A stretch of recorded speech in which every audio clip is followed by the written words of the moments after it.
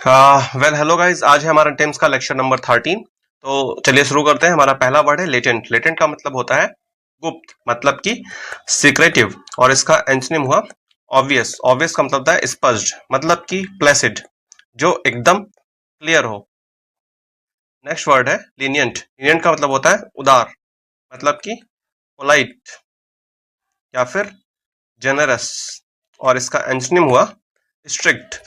Strict का मतलब होता है सख्त, और इसी का एक और सिनोनिम हुआ रोबस्ट। नेक्स्ट वर्ड है पैसिफिस्ट। पैसिफिस्ट का मतलब होता है जो शांति प्रिय हो, जो युद्ध विरोधी हो, और इसका एंटोनिम हुआ वारमोंगर, मतलब कि जो वार लवर हो, जिसको युद्ध पसंद हो।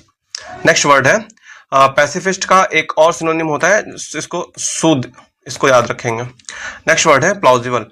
प्लॉजिबल का मतलब होता है प्रशंसनीय, जो प्रेज करने के लायक हो, उसको बोलते हैं प्लॉजिबल, और इसका एंटोनिम हुआ अनलाइकली, जिसकी संभावना ना हो, जो असंभव हो।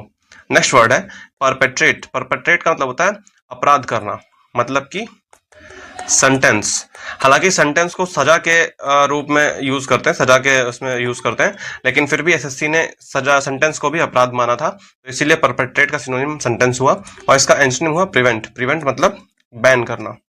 नेक्स्ट वर्ड है प्रोलिफिक। प्रोलिफिक का मतलब होता है उपजाऊ। इसका एक और सिनोनिम है फेकंद। फेकंद का मतलब भी होता है उपजाऊ, और इसका एंटोनिम हुआ अनप्रोडक्टिव। अनप्रोडक्टिव का ही एक सिनोनिम है बैरन। नेक्स्ट वर्ड है परसुएड। परसुएड का मतलब होता है किसी को मनाना, किसी को अपीज करना, किसी को इम्प्लोर करना, मतलब कि प्रार्थना करना, और इसका एंटोनिम है प्रिवेंट। प्रिवेंट का मतलब होता है रोकना या फिर डिसवेड करना। नेक्स्ट वर्ड है पोम्पस। पोम्पस का मतलब होता है आडंबरपूर्ण, जो कि बहुत दिखावटी हो, जो कि बहुत शोई हो, जैसे कि हॉटी हो, या शोई, हॉटी। और इसका एक और सिनोनिम होता है,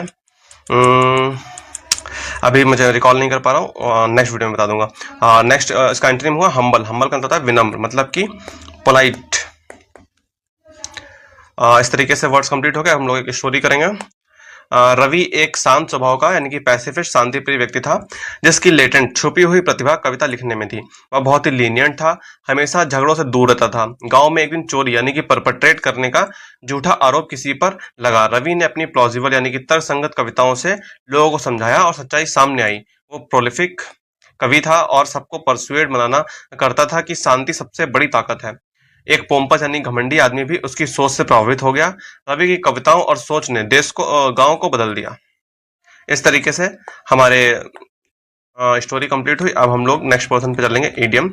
ये इडियम्स की कुछ नई स्लाइड्स ट्राई करी हैं। तो पहला इडियम है cut both ways. Cut both ways का मतलब होता है argue in favour of both side, यानी कि जो होता है ना, किसी भी एक साइड नहीं होता है। बोलते हैं ना कि थाली का बैंगन, तो वैसे ही थाली का बैंगन वही होता है कट बोथ वेज, मतलब कि जो किसी एक ही साइड ना ले। नेक्स्ट इडियम है man of the word.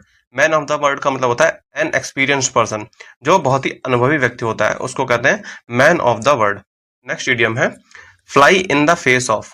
Fly in the face of का मतलब होता है तो टू डिफाई। डिफाई का मतलब होता है उल्लंघन करना, किसी चीज को ना मानना। नेक्स्ट इडियम है pin one's years back. Pin one's years back का मतलब होता है pin one's year back. Pin one's year back यानी कि लिसन केयरफुली, बहुत ध्यान से सुनना। ध्यान से सुनना, इसको एक वर्ड है कॉशियस, इसका सिनोनिम हुआ। नेक्स्ट इडियम है with bated breath. With bated breath का मतलब होता है फील वेरी एक्साइटेड और एनेक्सियस वाइल वेटिंग, यानी कि इंतजार करते समय घबराहट या उत्तेजना, जैसे कि एग्जाम से पहले वाली नर्वसनेस होती है ना, नर्वसनेस, बस वही है विद बेथड ब्रीथ। तो इस तरीके से कंप्लीट हुआ। Thank you very much.